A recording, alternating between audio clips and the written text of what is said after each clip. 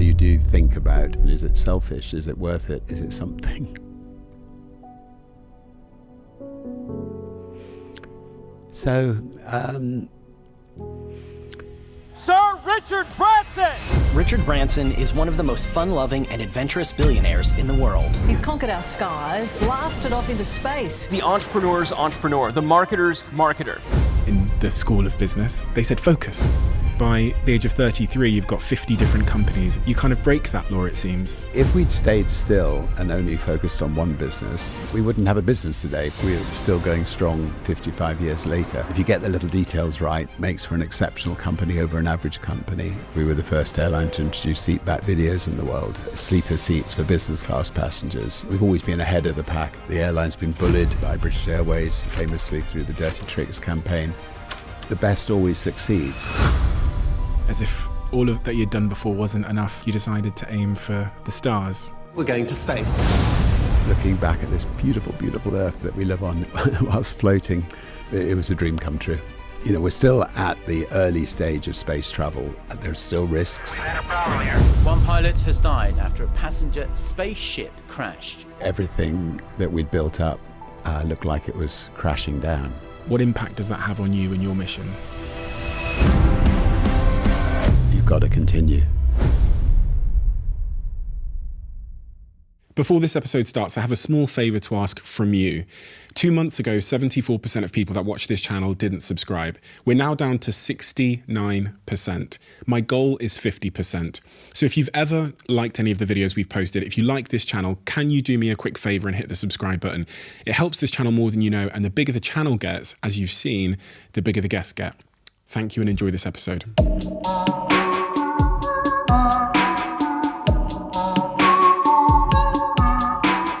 Richard, having spent the last 24 hours reading both your autobiographies, but also your new HBO docu-series, Eve, your mother, she felt like a really, really extraordinarily principled and strong character.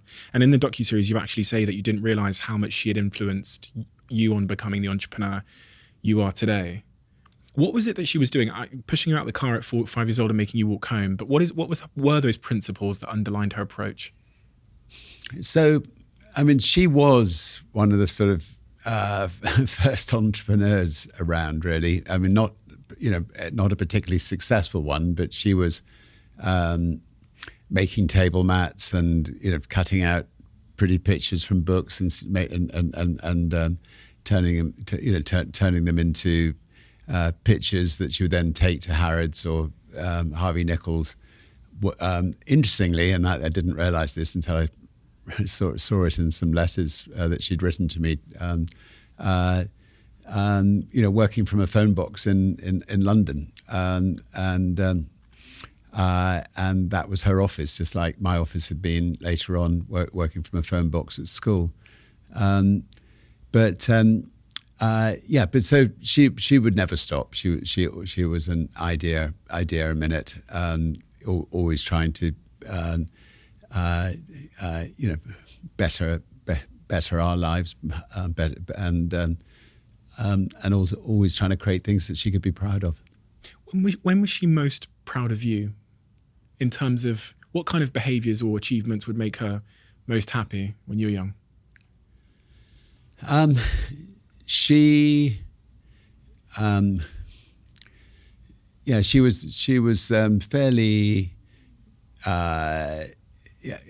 She was fairly firm when it came to the need for being courteous from a young age. I mean, I remember in church one day I refused to go and sit next to somebody that she wanted me to sit next to, who was maybe visiting our house. And when I got home, she asked my dad to spank me, and that had never happened before. And my dad takes me into the into the next door room and instructs me to burst into tears, and he slaps his hands together very hard 6 times. I come out rubbing my bum. And then, of course, she regretted having done it in the first place, but of course, it never happened. So, but that she generally speaking, it was unreserved love. But she wanted us to care for other people properly. If we ever said ill about somebody, we'd be sent to the mirror and we'd have to stand there for 10 minutes because she felt it reflected so badly on us that we'd said ill of somebody. And those sort of lessons, I think, were very, very, very powerful and very good later on in life when I was, leading people, always trying to look for the best in everybody. One of the threads throughout your story, which shocked me, surprised me, and inspired me in many ways throughout the docuseries, was this continual desire to move on to the next thing and make things bigger and to capture another opportunity, which struck me as being, at times, like a really defining character of you. Even when things seemed to be successful by anyone's estimation, you pushed on again, and then you'd push on again and again. Do you have any idea where that instinct or that characteristic came from in you? I'm sure that came from my mum. I am son of Eve, which is my mum's name, but it's also, I think, because I was dyslexic and pretty hopeless at school. I've forever been trying to prove something to myself and prove something, when she was alive, to her and my dad. I'm inquisitive. I love learning about new things. And once I've actually absorbed everything there is to know about, the thing I've just created, I'm apt to want to move on and learn something about something completely different. Particularly if I feel other people are not doing it well, and so I just love diving in there and trying to shake up an industry that is badly run. Do you think she and your father, even your father Ted, had high hopes for you? I think that my mum definitely thought that I would be. She decided that I was going to be Prime Minister of Britain one day, and I think that she definitely had high hopes for me. My dad just wanted us to be happy. I mean, he was a very lovable, content, funny, witty individual. Wanted to be an archaeologist, but ended up going into the law after the war, and would have been happy, I think, as long as we were happy. He didn't mind. He didn't really want to push us, but my mum, I think, expected more of us. You mentioned school a few moments ago. You and me both have a similarity in that we were hopeless in school. You went off to boarding school at 7 years old, which in and of itself is a pretty extreme experience for a 7-year-old. You described this as being a little bit too young in your view, and you struggled, in part because of your dyslexia. At the time, did you know what dyslexia was or what it meant? No, I had no idea what dyslexia was. I just assumed that I must be a little bit thick. I mean, I could just about add up and subtract, but when it got to more complicated stuff like algebra and geometry and the likes, I couldn't understand the reason for it. I wasn't interested in it.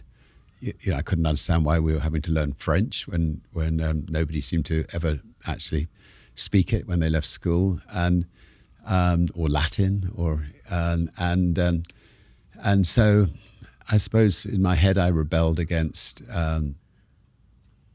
being taught things that I couldn't see the relevance of, and actually that was a good thing, because it ended with me rebelling from actually staying at school and leaving school at 15, and creating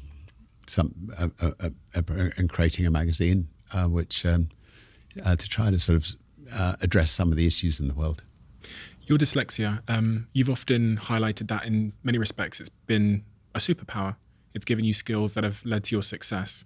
What is that? What are those skills, and what is the advantage in your view of this dyslexia, and how that's changed how you function and operate?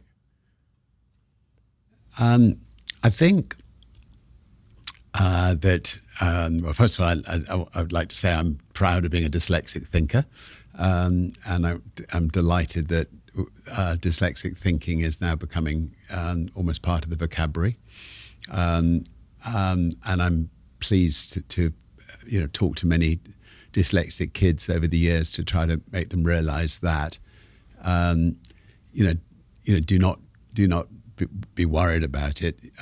Look at the areas that you enjoy and concentrate on those, and the areas that you're not great at, either that you'll catch up later on in life, or if you're going to start a business, you can delegate and find other people who can deal with those. So I think dyslexic people really excel at the things that interest them. And I think I know a lot of business people, for instance, who were dyslexics, who have gone on to do incredible things. Your headmaster, I read the very slightly humorous, slightly shocking story of when you were at boarding school, you had a little bit of a romantic run-in with his his daughter Charlotte, got expelled, staged a fake suicide, got unexpelled, and then you, as you referenced a second ago, you had this idea for the student magazine. I read that there was an ultimatum given to you by your headmaster where he said, Richard, I know you're starting this magazine. You either got to leave school or and start the magazine, or stay in school and focus on your formal education. And at that point, you made the decision to jump ship. Yeah, I mean, I don't think the headmaster was very foresighted. I think, if a kid at school wants to start a national magazine for young people, what a great education, and they should have welcomed us to stay at school and do it from school. But the headmaster wasn't going to allow me to do that, and thank God, because getting out into the real world, I achieved a lot more than I would have done if he'd been pleasant and said, run the magazine from school. There was a lot going on in the world. There was the Vietnamese War, there was the Biafran War, there were the Provos in Holland. There was the education system that needed students to rebel against, and so it was an exciting time in the 60s to leave school, go to London, and try to start a magazine. I watched your as I watched your docuseries yesterday in that theatre that we're all in, including yourself. One of the lines really struck me when they showed the small room that you were building this magazine in. I know sometimes it was a post box, but sometimes there was a small room, I think at a later date. A line was said, which was, this was my education. And for young people who are considering taking a leap when they have very little responsibility or think, very little to lose, throwing themselves in a situation where they'll fail their way to an education struck me as being so important and so underrated. When you don't have kids or you don't have a house or a mortgage, and it seems like that's exactly what you did. You used failure and risk as a way to self-educate. Yeah, I mean, it's difficult for me to recommend it to everybody listening to this program, because not everyone's going to be successful. And obviously you and I have been fortunate that we have had success doing it that way. Some people, and I'm going to put my conservative hat on, knowing that the parents may be listening as well. Some people will benefit from having an education, degree or whatever to fall back on if they find that they just can't make a go of it in business. But anyway, I think for the two of us, I think being out in the real world, I mean, I learned so much, and it's held me into such good stead throughout my life. in running a magazine, of course, you're going out interviewing people, you're learning every time you interview somebody. I think being a journalist or being an editor, it's not so different from being an entrepreneur. You're out all the time meeting new people in different sectors, just learning, and through the magazine. A lot of people would write with problems, young people would write with problems. So we ended up setting up a student advisory centre where we would give people advice on venereal disease or the gay population, or contraceptive advice, abortion advice, psychiatric advice, and just meeting all these people with all these different problems, suicidal mental problems, really opened my mind. It was just a fascinating education, and throughout my life since then, I've spent a lot of my life trying to address some of these issues first of all in a wider sense in London, and now more on a global scale. And but that was that education was so important. For instance, I remember when I was 15 in London, somebody who was gay came to me saying that they wanted help, and maybe I just turned 16, and I thought very naively that when they said they wanted help, that they didn't want to be gay. Of course, within a month or two, I realised that that people are born gay, and they don't have a choice in the matter, and what they desperately needed in those days was to meet other gay people, and because if they came from some remote place in the UK where gay people weren't accepted, they would come to London desperately seeking love or seeking friendship, and so just little things like that I learned from just being out there listening and doing. That magazine was your the first sort of big notable thing that you'd done in business, and throughout your story, and even before I'd met you and watched the docuseries and read the book, I was told by other people Richard Branson's an amazing delegator. You mentioned it earlier on, your delegation skills. To understand how to delegate to someone else, you first, as you've said, need to understand your strengths and weaknesses, and also their strengths and weaknesses. So what are your strengths, in your own words? What is the bit of the puzzle that you're good at? I think I'm good with people. I think I can trust people. I think I can surround myself with with really good people. I think I'm able to delegate, not to second guess them all the time. To praise, not criticize, and I think I'm quite good at if I create something, making sure it's the best in its area, so that the people who are working for Virgin are really proud of what they're doing. It's really important that if somebody's in a pub and they work for Virgin and somebody says, "What do you do?" that they're proud of the fact that they work for Virgin, and they're happy to say it. And there are some companies that if people work for, they won't really want to be able to say that they work for such and such a company.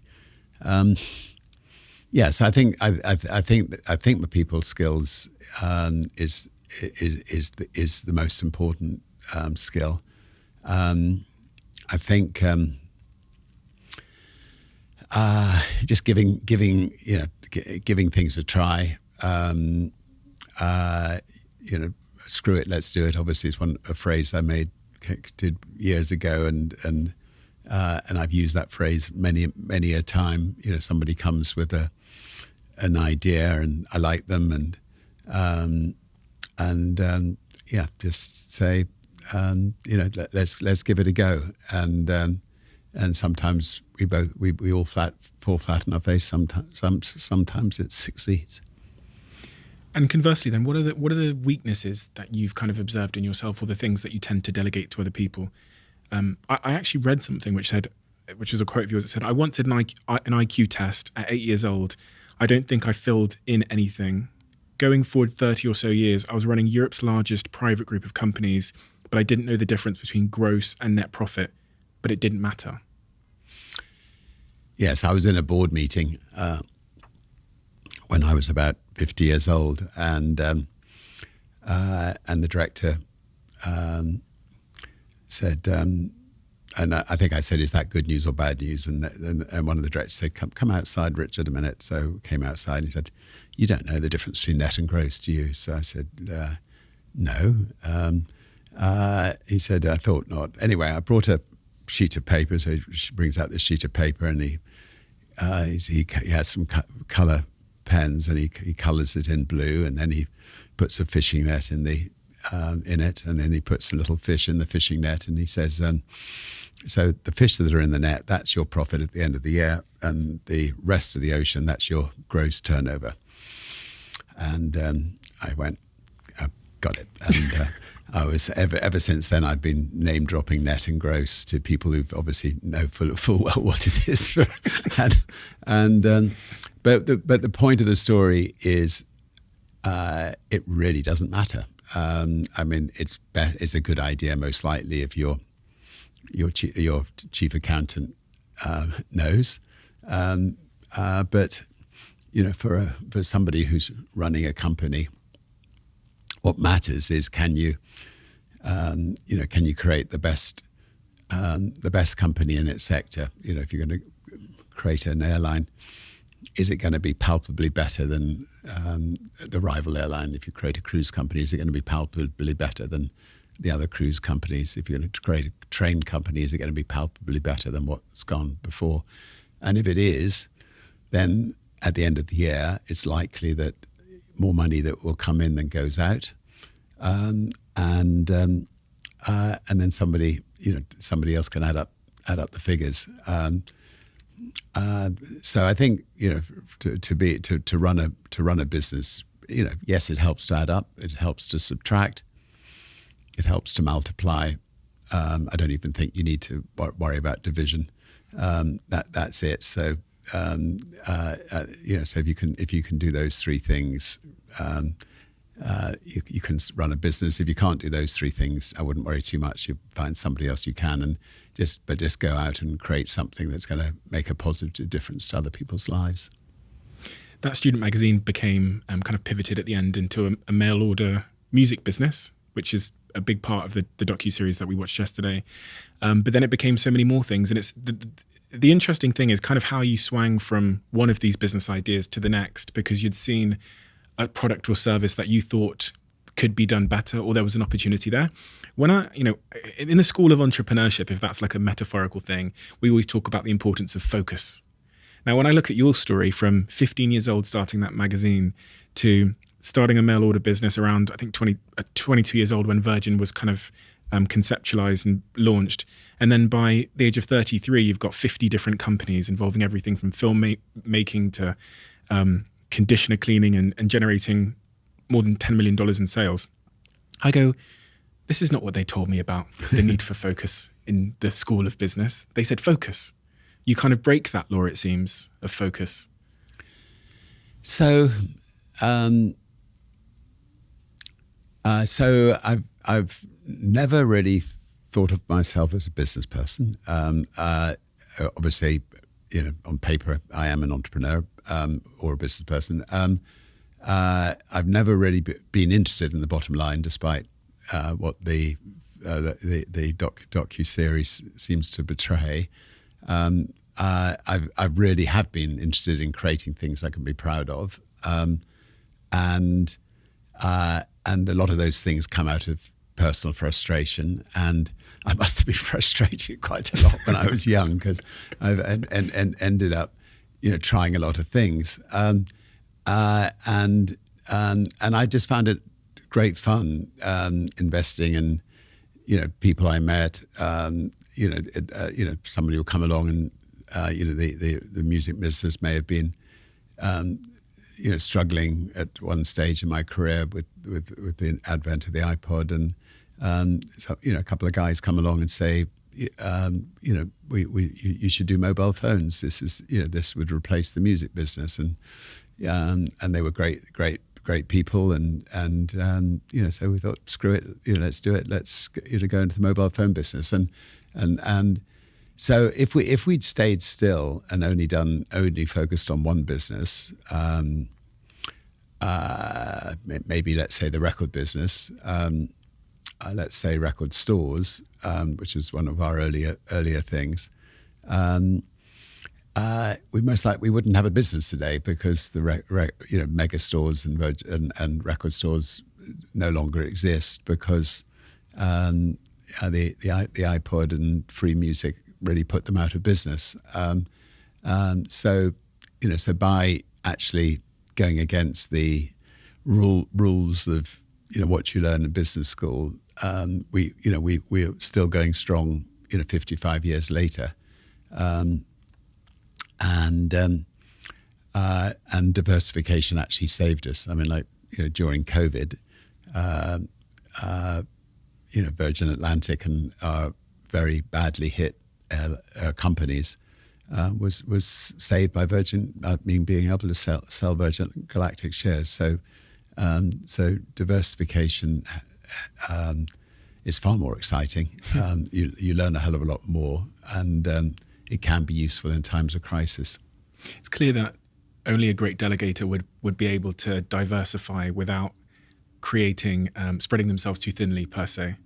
And For sure. I guess that goes back to that skill of of delegation. Your headmaster said something to you that my best friend Joe Ridgway said to me when I was 18 years old after I dropped out of university.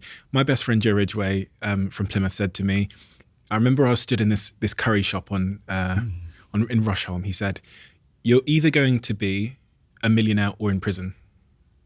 Now, when I read that this morning, when I was doing research on your headmaster, it stopped me in my breakfast halfway through my sort of chew. And I thought, gosh.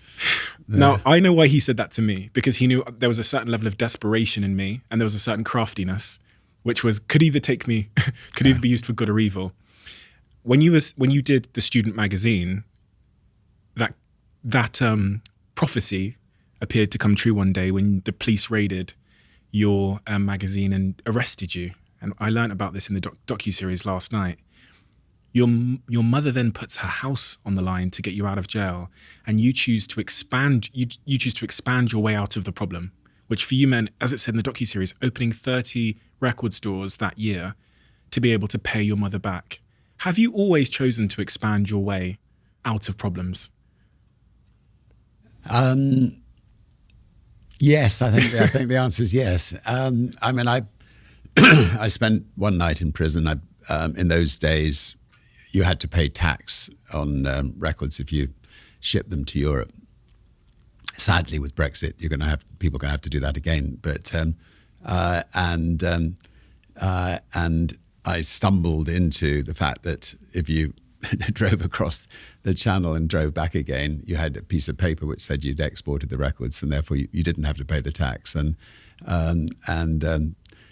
But anyway, so we got a bad rap on the knuckles. I spent a night in prison and swore never ever to spend a second night in prison in my life. And yes, we expanded fast in order to pay off the fine. We just needed the turnover, and it was actually a really a wonderful booster to all the team at Virgin and fortunately, we managed within 3 years to pay it off. But I mean, sometimes we're expanding just for the sheer pleasure of learning about something new, and then maybe occasionally on that occasion we're expanding to get ourselves out of trouble. Quick one, this episode is brought to you by Mercedes-Benz, who recently got in touch to support the Driver CEO. I'm becoming quite the fan of electric cars, and of course, a huge fan of Mercedes-Benz. I have one of my own. The Mercedes-Benz luxury electric range, known as Mercedes EQ, is at the very forefront of this industry, which is what really stood out to me. If you're looking for a business car, the sustainability credentials, economic benefits, general convenience, and high levels of luxury, which everybody knows Mercedes-Benz for, in their all-electric cars are truly groundbreaking. In terms of features, their next-generation technology across the range is second to none. For example, there's intuitive MBUX technology with AI that learns your behavior and keeps you connected to the things that matter to you. Not to mention, all Mercedes EQ cars offer exemption from the ultra-low emission zone charge and London congestion charge. So if, like me, you're really excited about all things electric cars, and if you haven't checked out the Mercedes EQ range, then search Mercedes-Benz Fleet to see how they can take your business to the next level. Quick word from one of our sponsors. You must be living under a rock if you've not heard about WeWork. But I think in the modern world where people are working remotely, on the go, they're entrepreneurs building their businesses, WeWork has never been more important than it is right now. There are some incredible things WeWork have released to enable entrepreneurs like you, like me, to be able to work flexibly, comfortably, with the resources, Wi-Fi, and everything else, the infrastructure we need in hundreds of locations around the world. And one of those things is called WeWork All Access, where if you have All Access WeWork, you can work in hundreds of different locations as you travel around the world and as you move around the world and as you go to meetings around the world. WeWork for entrepreneurs, in my opinion, is a total game changer. And to encourage you to check WeWork out if you've never worked in one before, I'm offering 50% off a one-day booking if you go to we.co/CEO and use the promo code DIARY. Check it out. I love WeWork, and they've been great partners and supporters of this podcast. From my perspective, one of the most terrifying decisions you ever made was to go into the airline industry. Warren Buffett's fairly famous for saying that he has once considered employing someone to sit in his office, and every time he feels like investing in an airline, to talk him out of it because it's such a absurd, terrifying business to get into. You were running a very successful record label and record store business by then. You had many, many companies, many investments, and you decided to take this huge bet to start an airline. Now, there's a lot said about why. Could you tell me in your own words why? It really was out of frustration of flying on other people's airlines, having bad experiences, and feeling that we could do it better. We could make it. It could be more fun. I mean, in those days, if you flew on, say, British Airways, it was a monopoly. You maybe got a lump of chicken dumped in your lap. There was no entertainment. The cabin crew certainly didn't enjoy working for the company, and you really felt like you were just being herded from A to B in a cattle truck. And so I was flying all over the world to visit our record companies, because we had record companies in most countries around the world, and just felt we could do it better. Somebody came along to us with the idea of a business airline only. I didn't think that would be very exciting to run,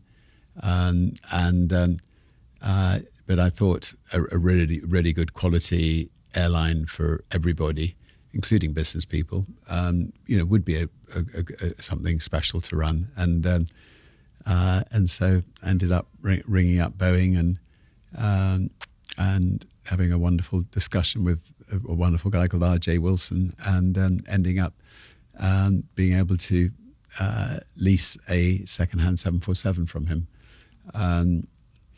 and because I do like to protect the downside, which is obviously important in business.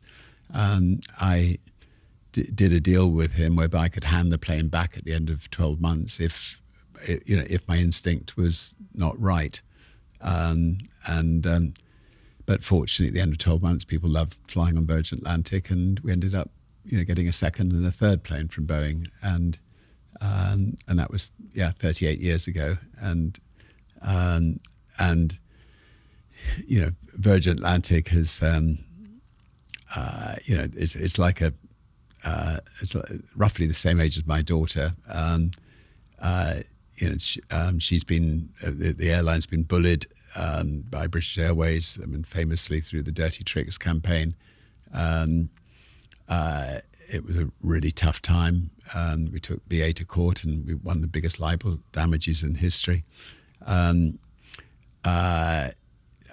She's had to go through the crashes like the 9/11 disaster, the 2008 disaster, there's the COVID disaster, and I'm sure that that it's cost us more money than we've ever made from it. But it's been the flagship, for Virgin.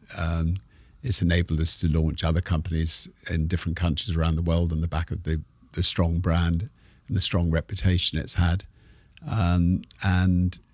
She's a daughter that I will zealously protect and as long as I can.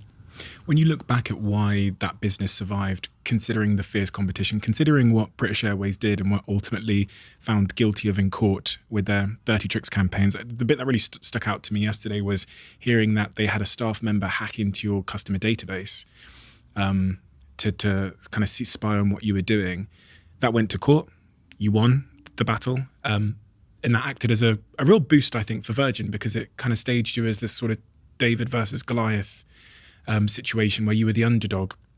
But as you look back on that journey, many people have fallen in that industry. It's a graveyard, as you say in the documentary. Why did Virgin win? What was it? Was it brand? Was it customer experience? Was it just grit? I think that I think a lot comes back to staff. I mean, we've always had a great team of people working at Virgin. They're really proud of the company.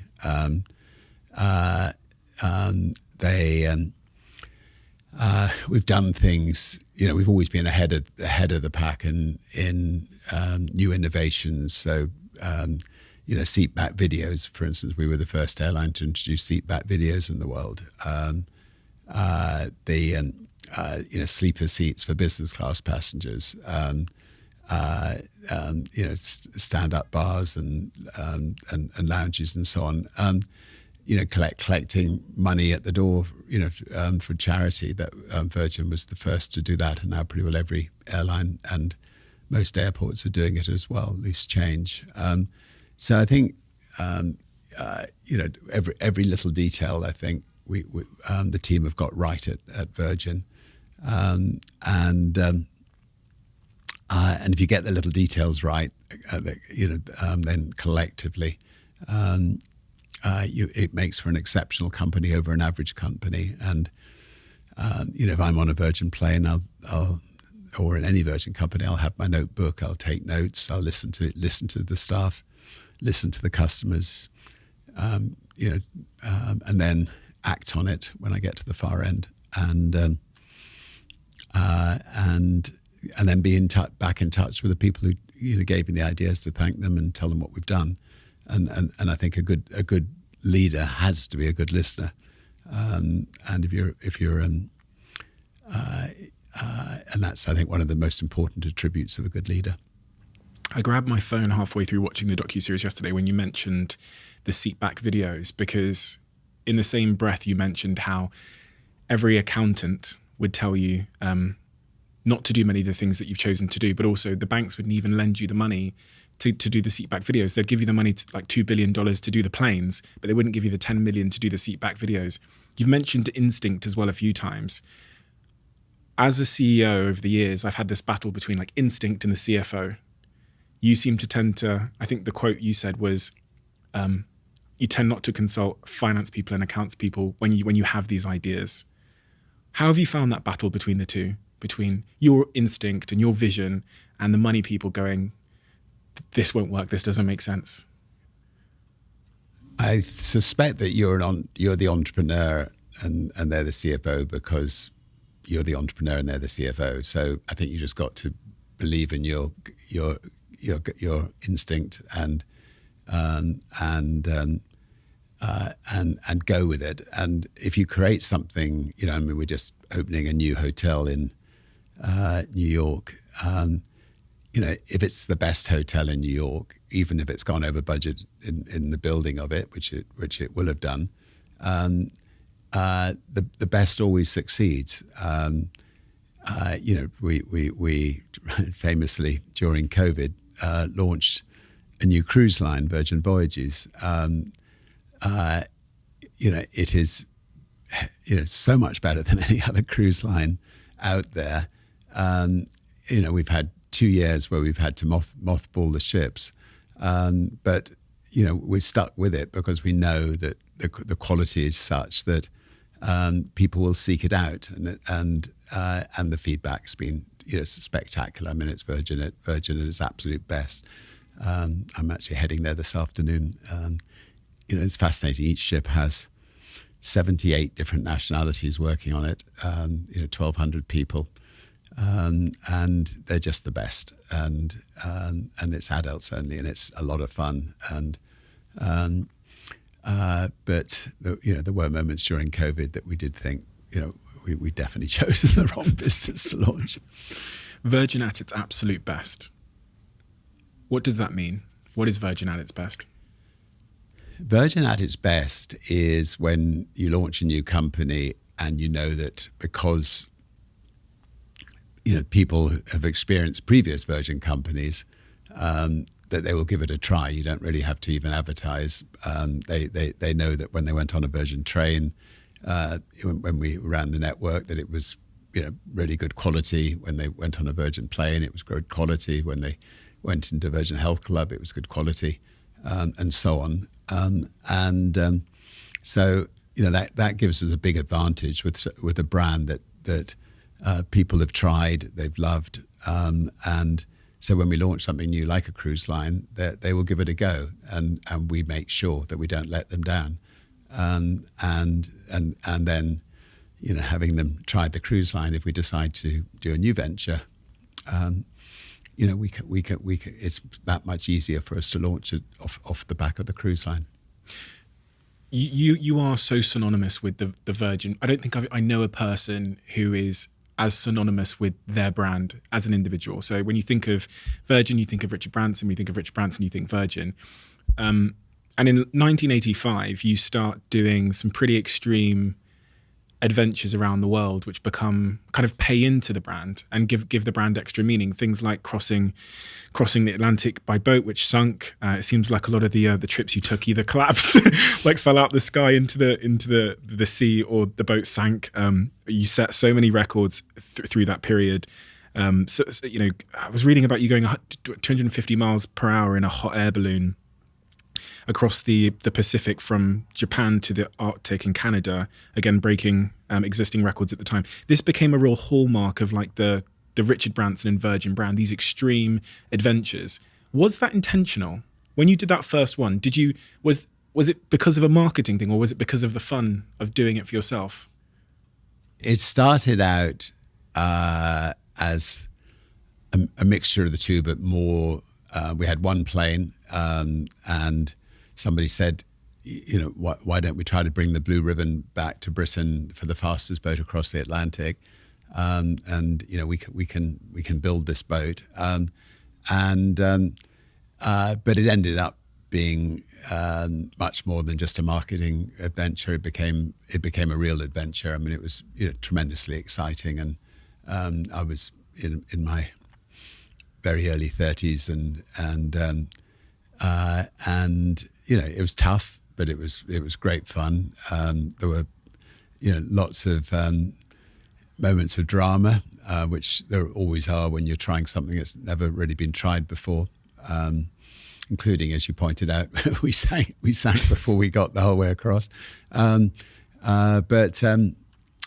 anyway, it makes for a good documentary series, and it makes for a good book, and you know, and it did put Virgin on the map. It made Virgin a much more sexy brand, a more adventurous brand than, say, British Airways, our rival, and other brands. I mean, Virgin Atlantic cheekily took a full page ad when we sank in the Atlantic. The only thing that was sticking out of the Atlantic of the boat was the brand Virgin, and the ad just had the picture of the boat sticking out of the water, and the ad said, "Next time, Richard, take the plane." and of course there were people who said, "What have you seen? What if you end up in the Atlantic? You know, no one's going to want to fly an airline where." But of course, it's quite the reverse. People, it helped put a tiny little airline on the map more effectively than anything else we could do, and much more cheaply. You mentioned that ad from your competitor there. In the moment, competition is the arch enemy, causing you a ton of nuisance. But as you look back on the competition you've had throughout the different industries you've been in, has the competition actually made you stronger and better at what you've done? Yes, and I think the reverse is also true. These big public companies or big government-run companies like British Airways have been made the better by having Virgin Atlantic innovating, and them having to catch us up over the years. And I think British Airways is a better company today than it was 38 years ago when we started. So competition's good for all of us, big and small, and the only role that governments need to play is intervening when there's unfair competition, and that's one of the most important roles a government can play, is making sure that they set laws that encourage competition and don't stifle competition. We've had anyway, there've been books written about companies that have tried to stifle Virgin in the past, but somehow we came through.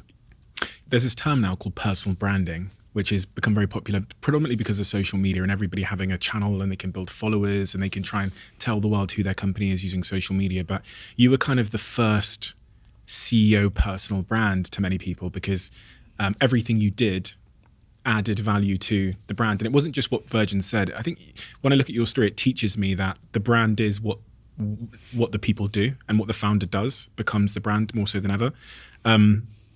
And I think that's often what we lose sight of. And some of the best brands in the world, like the Red Bulls of the world, have figured out that the things you do say much more about the brand than what you say.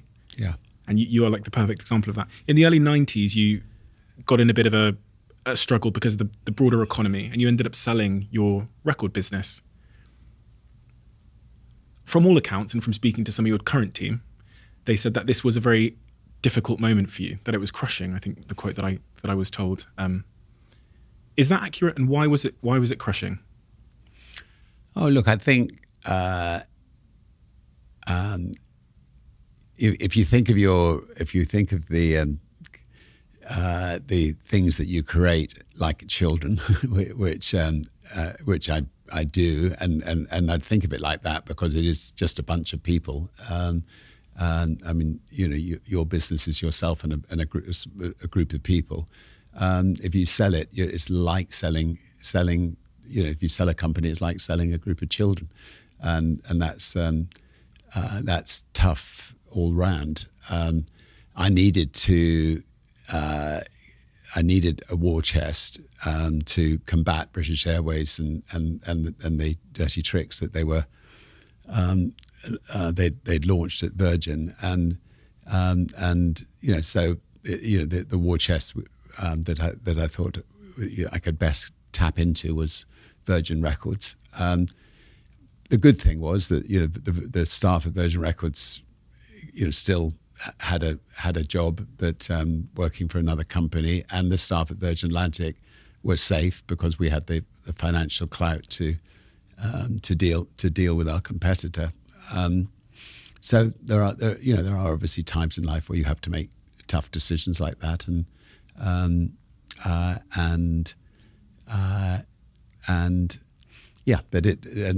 move on. Do you have any regrets about how that happened, about that phase? I always think that if anybody asked me if I ever have any regrets about anything, I'd be a very sad person to answer positively, because, you know, I've had the most extraordinary life. It's been full of, you know, interesting twists and turns. And I honestly really, you know, can't think of anything I regret, you know, in the past. And I think I really do think I'd be a sad person if I had regrets. I mean, it's just been rich with you know, adventure and people and I'm not somebody who looks back, by and large. I mean, obviously, an interview like this I will, but and I suppose I've reached an age where, you know, it's important to write books and it's important to do documentaries, and, you know, because it's important not to waste your life, and it's important to share what you've learned. How did you feel yesterday watching the docu-series on your life? I was sat just behind you, so I'd look at the screen and then I'd look at your reaction and I'd see you laughing sometimes. And I was emotionally drained, to be honest. I mean, after the after party, I just could not really get my words out for the first half an hour. You know, I found it quite, you know, fairly exhausting. I mean, it's incredible. A really good documentary maker, and Chris Smith is one of the best in the world. I mean, you know, prides himself on his independence, which I respect completely. And so we didn't have input into it. You know, obviously, therefore, not everything one's going to agree with, and not everything is, you know, in my brain would be exactly as it was, but 95%, 96% was as I see it. And but just what is incredible was the archive footage they managed to find.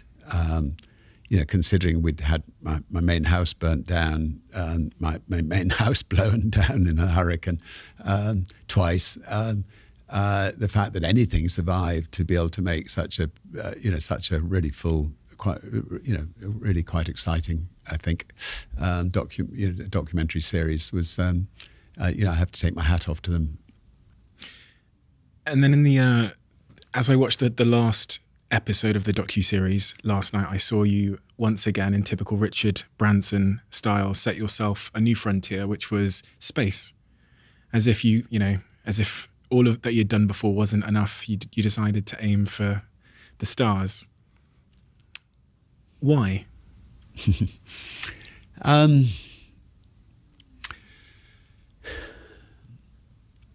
So I remember many years ago when President Gorbachev was leader of Russia, and he was trying to bring perestroika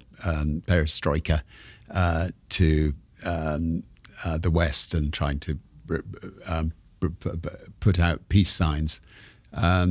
He invited me to come to Russia to be the first person to go up in a Russian spaceship, but it would have meant a big check, 60 million. It would have meant a year learning Russian and being in Russia. And I just didn't have the time and already the spare money to do something like that. But it did just get me thinking, that's an inordinate amount of money to charge for somebody to go to space. For that kind of money, why couldn't I just start building a spaceship? And so we registered Virgin Galactic Airways, and I went around the world trying to see if we could find somebody to build us a spaceship, and then just found this genius, Bert Rutan. To me, I've always dreamt of going to space one day. I think 50% of the people listening to this program will have dreamt or will dream of going to space. 50% will think, why on earth would you want to do that? But it was the most extraordinary day of my life. My trip to space, and looking back at this beautiful, beautiful Earth that we live on, it was from space, whilst floating, whilst floating with a lovely group of people, just an extraordinary experience, and to be honest, to pinch oneself moment to be doing it in a spaceship that we built,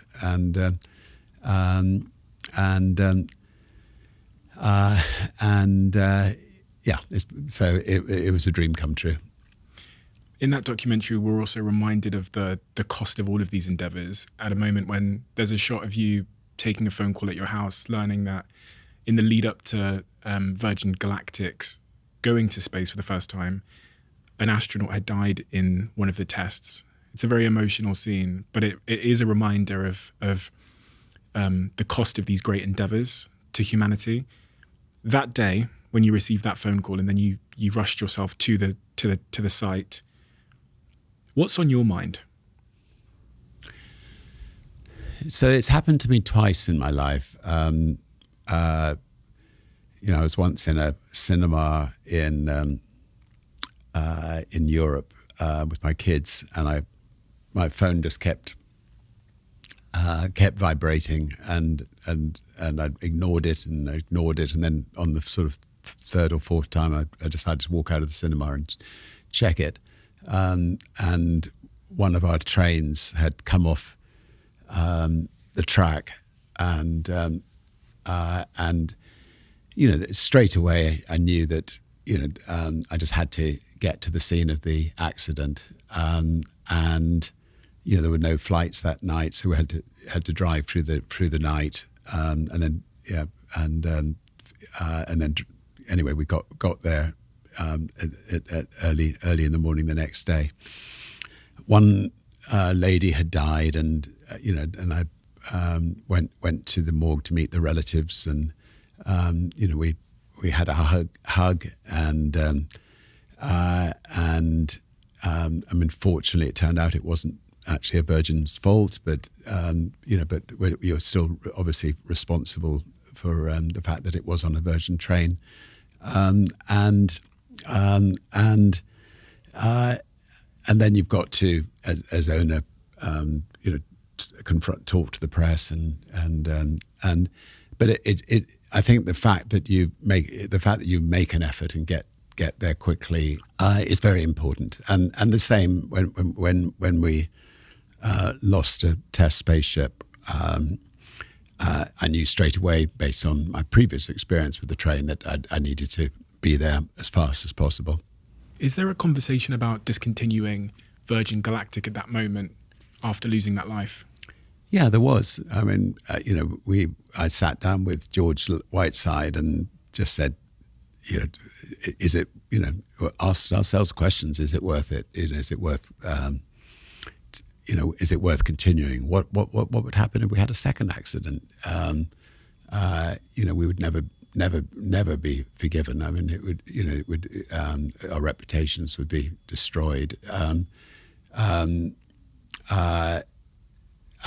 But then we spoke with all the engineers, and we spoke with many of the people who'd signed up to go to space, and we spoke with the family and of the pilot who'd lost, and with one voice they said, you've got to continue, and we did, and we're still we're still at the early stage of space travel. There's still risks. I mean, we think that we don't. We think that we're through all the big risks.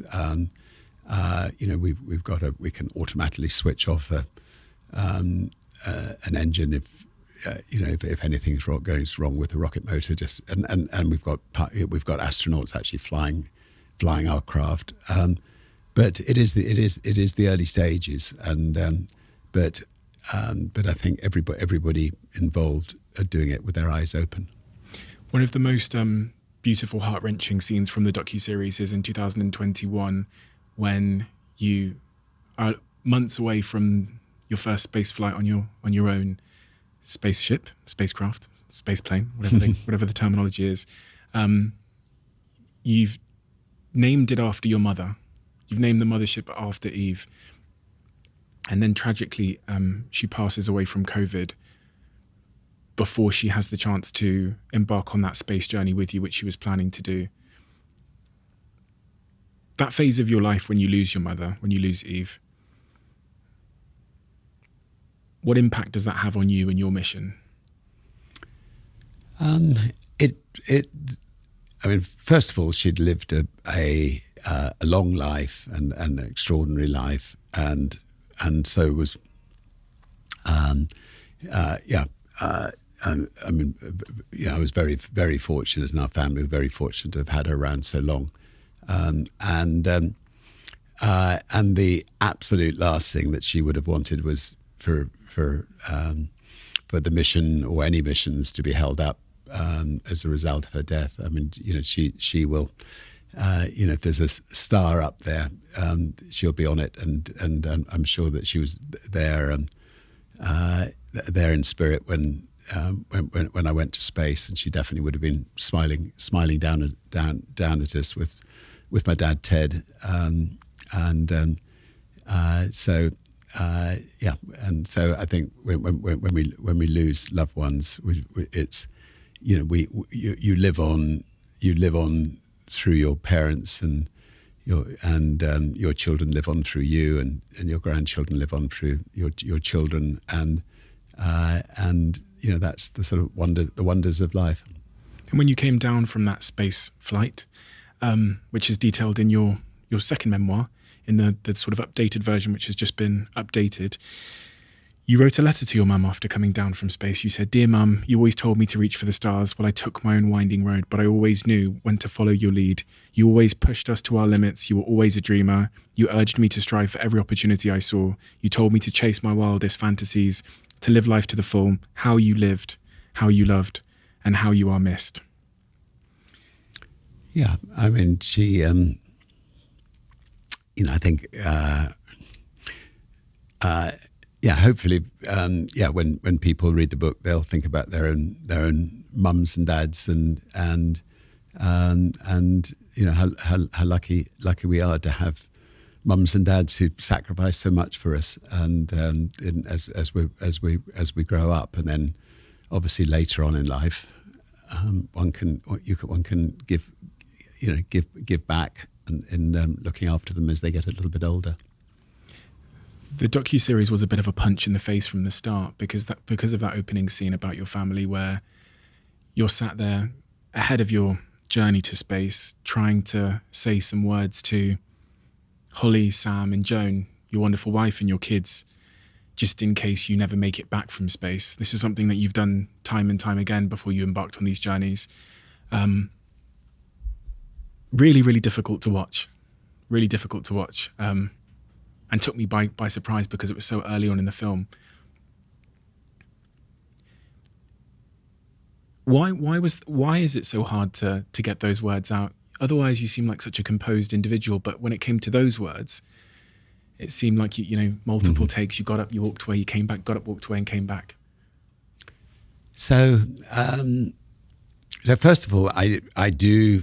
I cry in happy films. I cry in sad films. My kids bring a box of tissues when we go to the cinema, or used to, so that I am.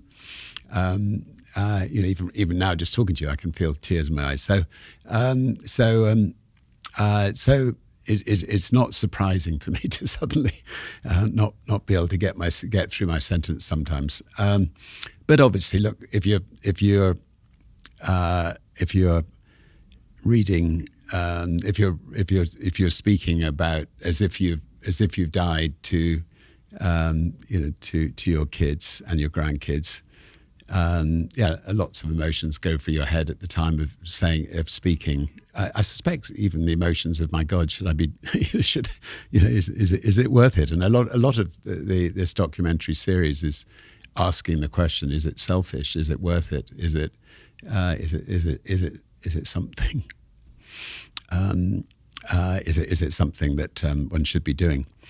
I remember I was just taking off on to go across the Pacific in a hot air balloon and walking into this truck, and Joan Thurkettle from ITN was just finishing editing my obituary in case I didn't come back.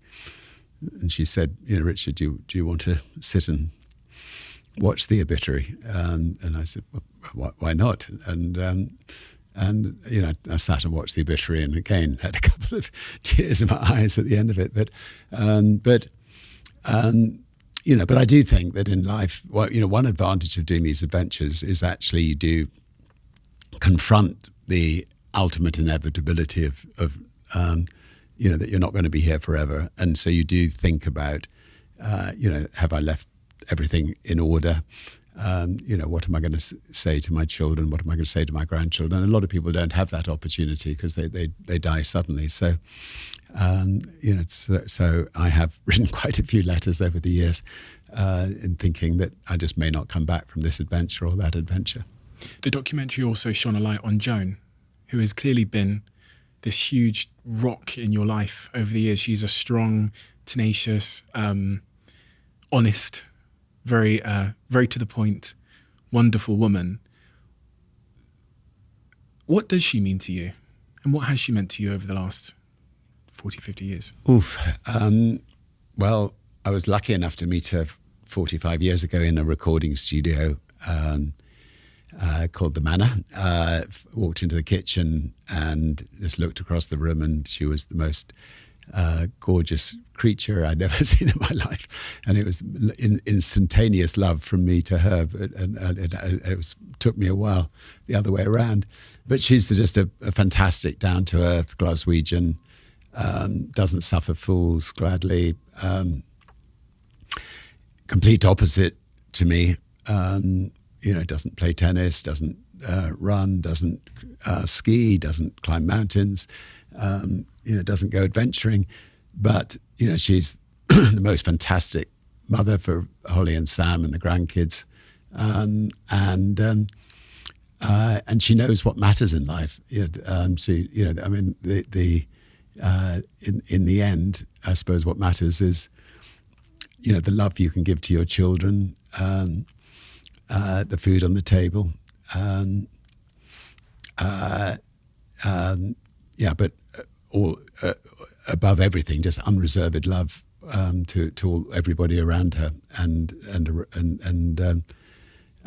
everything else is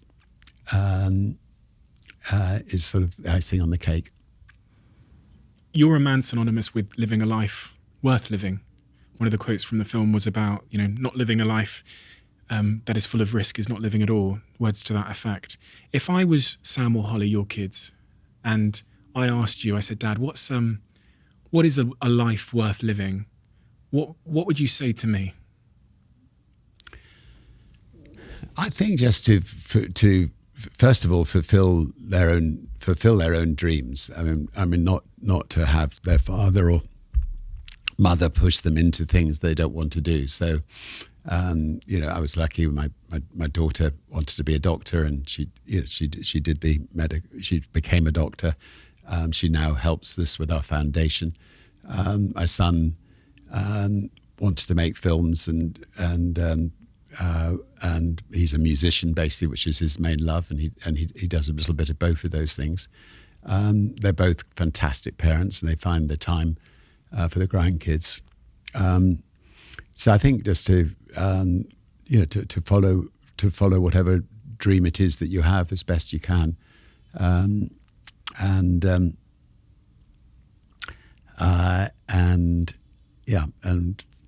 We've been lucky that our kids have I think found their path in life. We have a closing tradition on this podcast where the last guest asks a question for the next guest, not knowing who they are asking it for. The question that has been left for you is, where were you when you felt most vulnerable, and why? I think I felt most vulnerable relatively recently, during the about 6 weeks into COVID, when everything that we'd built up looked like it was crashing down, and interestingly, when the sort of British press, rather than being supportive, really turned on us, but fortunately, my kids and grandkids, everybody arrived at around about that same time, and the team just got down and worked really hard day and night to make sure we kept as many jobs safe as possible, and I think pretty well every Virgin company got through it, and pretty well every employee's jobs got protected.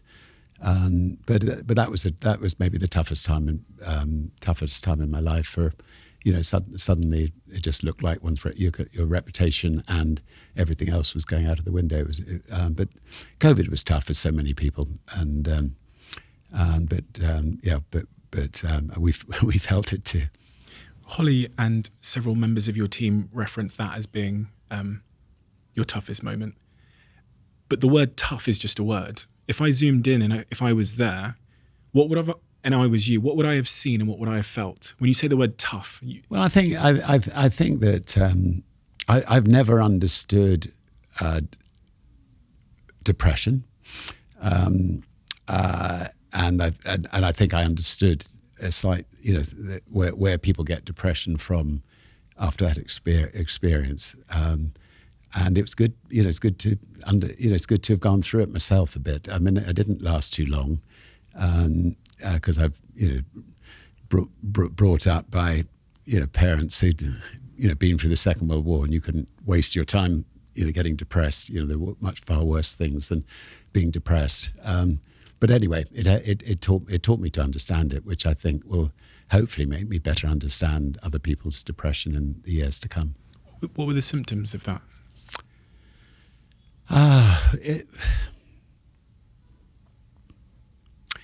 What were the symptoms of it? It was very difficult to pinpoint the symptoms, but look, you just feel very sorry for yourself for a day or two, and then you just have to snap out of it and get. My mum would have, if she'd been alive, well, she was, but I mean, if I'd talked to her about it, she would have told me to pull myself together and just and get back to work, and I think within 2 or 3 days, her words would have been ringing in my head, and I would have overcome it, and I did overcome it. But it just, just a taste of it anyway. Sir Richard Branson, thank you so much for your time. When I started this podcast, you were the name. You were the name that if one day I could speak to on this podcast, I think we might as well pack it up and finish, because to me, as an entrepreneur my whole life, you've always been the North Star of entrepreneurs, and you've represented and embodied what it is to be an entrepreneur that's striving forward to create better in everything you do. I had the pleasure of researching your story again now at 30 years old, and it's been a tremendous source of inspiration for me. To meet you today, to get to come and watch your docuseries, is one of the highlights of my entire entrepreneurial career and life, and definitely this podcast. So thank you so much for that, because I'm not sure you'll ever really appreciate how much of an impact you have on people like me. So I want to make sure that while I have you here, I have a chance to tell you and to thank you for that, because you've definitely changed my life, and I know I'm not the only person. So thank you. Your book is amazing. The docuseries was so captivating. I stayed up till about 3 a.m. last night, making sure I watched all of it, and then watched it the last episode again this morning. And I implore everybody to go and check it out now on HBO. But yeah, the most important thing is I just wanted to say thank you. Well, thank you back, and yeah, many congratulations on all you've achieved, and all you being a young bastard, all you will achieve in the years to come. Thank you, Richard. Quick one from our longest standing sponsor, Huel. I can't tell you over the last, really it's been about 2.5 years. It was really post-pandemic, how much my health has become such a huge priority in my life. And I have this laser focused on what I'm putting into my body. It's funny because as you get older, you can start to feel the things you're putting into your body more and more and more. And if I put something into my body, especially things like gluten, if I put those things in my body, I feel them tremendously the next day. My energy levels, my sleep and everything in between. Huel has been probably the most important partner in my health journey because I've been in the boardrooms, I've been to their offices tens of times. I've seen how they make their decisions on nutrition and I trust it. Most of my team that are in this room with me consume it and get the benefits of it too. So if you haven't already tried Huel, do so. Intel are now one of our sponsors on this podcast, and I'm here to tell you about their vPro platform. Security and data protection are totally non-negotiable when it comes to the technology I use for my businesses. I'm constantly thinking about where we can upgrade our systems to protect against potential threats. So this is where Intel vPro has become our go-to. Intel vPro is built for businesses. It has a hardware-based multi-layer platform security features protecting from cyber attacks, threat detection, and also recovery systems, all in one platform. In an ever-challenging cyber landscape, if I can put measures in place that I believe will save me time and money, then I absolutely will. So head over to intel.co.uk/vPro to find out how it could work for your business.